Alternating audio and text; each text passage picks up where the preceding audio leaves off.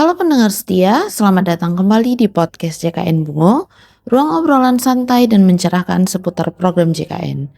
Hari ini kita akan membahas program yang mungkin sudah sering kita dengar dan bahkan kita gunakan, yaitu Program Jaminan Kesehatan Nasional atau JKN yang dijalankan oleh BPJS Kesehatan. Program ini bukan hanya soal urusan administratif, tapi punya dampak sosial yang besar bagi kehidupan masyarakat. Dari perlindungan finansial ketika sakit, akses layanan kesehatan yang lebih merata, hingga kontribusinya dalam memperkuat sistem kesehatan nasional. Nah, untuk membahas hal ini lebih dalam, kita sudah bersama Kak Siti Sarah, staf dari kantor Kabupaten Sarolangun yang akan membantu kita melihat gambaran lebih utuh tentang dampak JKN, baik dari sisi kesehatan, ekonomi, maupun keadilan sosial.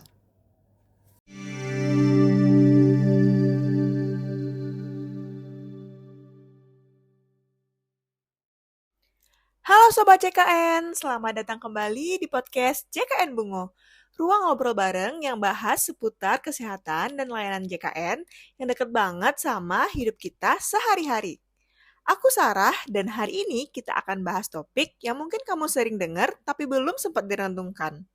Sebesar apa sih dampak BPJS Kesehatan buat kita, masyarakat Indonesia? Apakah sekedar kartu buat berobat gratis atau lebih dari itu? Yuk, duduk santai, siapin kopi atau teh, dan kita ngobrol bareng ya.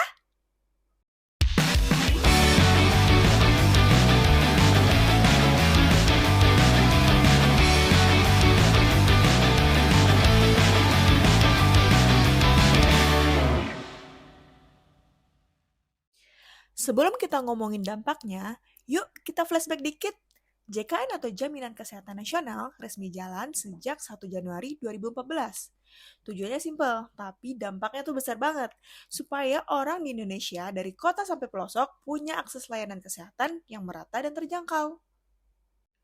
Yang lebih kerennya lagi, sistem JKN ini jadi salah satu sistem asuransi kesehatan sosial terbesar di dunia. Di tahun 2023, peserta JKN udah tembus lebih dari 266 juta jiwa. Itu artinya hampir seluruh penduduk Indonesia itu terdaftar ke pesertaan JKN.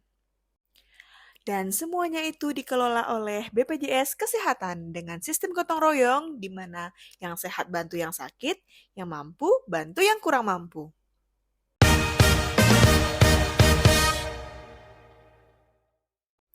Nah, sekarang kita masuk ke dampaknya. Salah satu hal yang paling kerasa banget adalah hemat biaya kesehatan. Nggak sedikit dari orang yang sebelumnya takut ke dokter karena takut mahal, sekarang jadi lebih berani periksa sejak punya JKN. Berdasarkan studi tahun 2023, peserta JKN bisa hemat biaya kesehatan sekitar 35% secara nasional.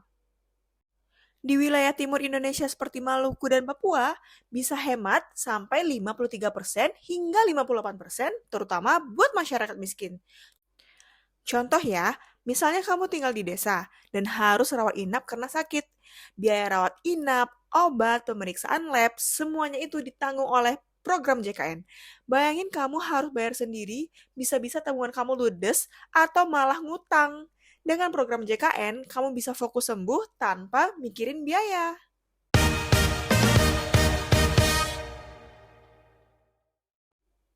Nah, ternyata bukan cuma peserta JKN aja yang terbantu, tapi juga fasilitas kesehatannya. Setelah JKN berjalan, banyak rumah sakit dan puskesmas yang mulai berkembang. Data menyebutkan bahwa 81% rumah sakit mitra BPJS mengalami peningkatan jumlah pasien, dengan 85% dari mereka menambah tenaga medis. Itu artinya rumah sakit makin ramai, tapi juga makin siap. Tidak lupa, puskesmas juga mulai berbenah. Pelayanan makin lengkap, ruang periksa makin layak, dan sistem antrian makin tertib. Belum lagi dengan adanya aplikasi mobile JKN, peserta bisa antri online, cek info tagihan, dan bahkan ubah vaskes tanpa harus datang langsung ke kantor BPJS Kesehatan.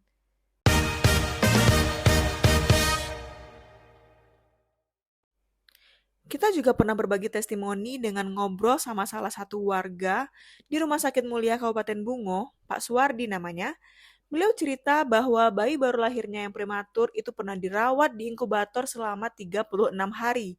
Semuanya tuh bebas biaya. Kalau ditotalkan, semua biaya yang diperlukan kalau ia berobat dengan biaya sendiri, itu jumlahnya hampir 97 juta rupiah. Awalnya saya takut bawa ke rumah sakit, takut biayanya. Tapi begitu tahu ditanggung BPJS, saya lega banget. Gitu, kata Pak Suwardi. Ini bukan cerita satu atau dua orang, tapi jutaan warga di Indonesia punya pengalaman yang serupa. Nah, Sobat JKN, di antara semua manfaat yang udah kita bahas tadi, ada satu hal penting yang kadang luput dari perhatian, yaitu pentingnya kita menjaga status kepesertaan tetap aktif dan membayar iuran tepat waktu. Kenapa ini penting? Karena program JKN ini berdiri di atas prinsip gotong royong. Ibaratnya begini, yang sehat bantu yang sakit, yang mampu bantu yang belum mampu. Kalau kita mampu, kita membayar iuran buat orang yang tidak mampu. Dan kalau peserta terlalu banyak yang non-aktif, akses pelayanan juga bisa terganggu. Kalau kita yang mampu ini nggak membayar iuran, maka sistem ini bisa timpang. Dan kalau pesertanya terlalu banyak yang non-aktif, akses pelayanan juga bisa terganggu. Ada juga kasus yang sering kejadian nih, waktu butuh berobat, baru sadar kartunya non-aktif karena menunggak iuran. Akhirnya harus urus tunggakan dulu, belum bisa langsung pakai layanan padahal dalam kondisi darurat.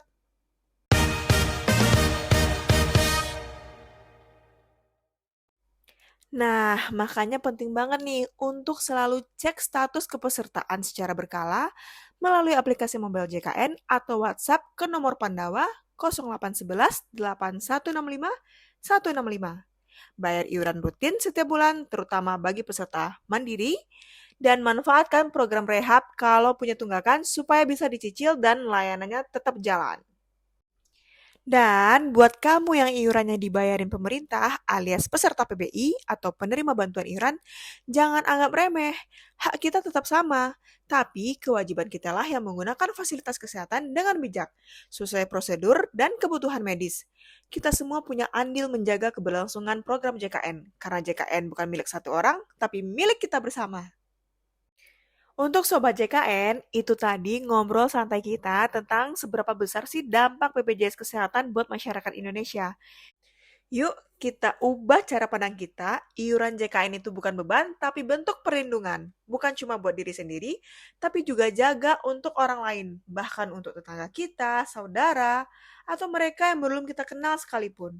Bayar iuran JKN bukan sekadar kewajiban, tapi bentuk solidaritas. Sekali lagi, jaga kartu JKN-mu tetap aktif, bayar iuran tepat waktu, gunakan layanan dengan bijak, dan sebarkan informasi yang benar ke orang-orang di sekitarmu.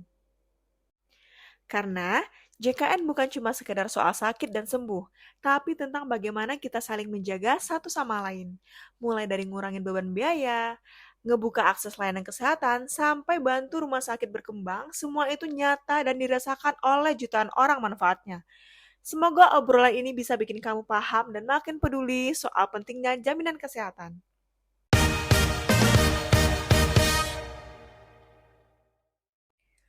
Kalau kamu punya cerita seputar pengalaman pakai JKN, boleh banget DM atau mention kami di Instagram @jknbungo. Siapa tahu pengalaman kamu bisa kita angkat di episode berikutnya. Terima kasih sudah mendengarkan podcast JKN Bungo. Sampai jumpa di episode selanjutnya.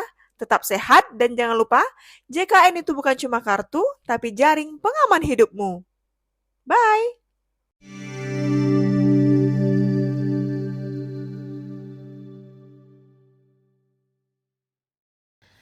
Terima kasih kepada Kak Siti Sarah atas pemaparannya yang sangat informatif. Dari penjelasan Kak Sarah, kita bisa belajar bahwa program JKN itu bukan hanya membantu saat kita sakit, tetapi juga mengurangi angka kemiskinan karena biaya kesehatan yang mahal, menghadirkan rasa aman, dan membuka akses pelayanan kesehatan yang sebelumnya sulit dijangkau masyarakat. Tentu masih ada tantangan, mulai dari kedisiplinan pembayaran iuran, peningkatan kualitas layanan, hingga edukasi masyarakat. Tapi, program ini sudah menjadi salah satu pilar penting dalam sistem perlindungan sosial di Indonesia.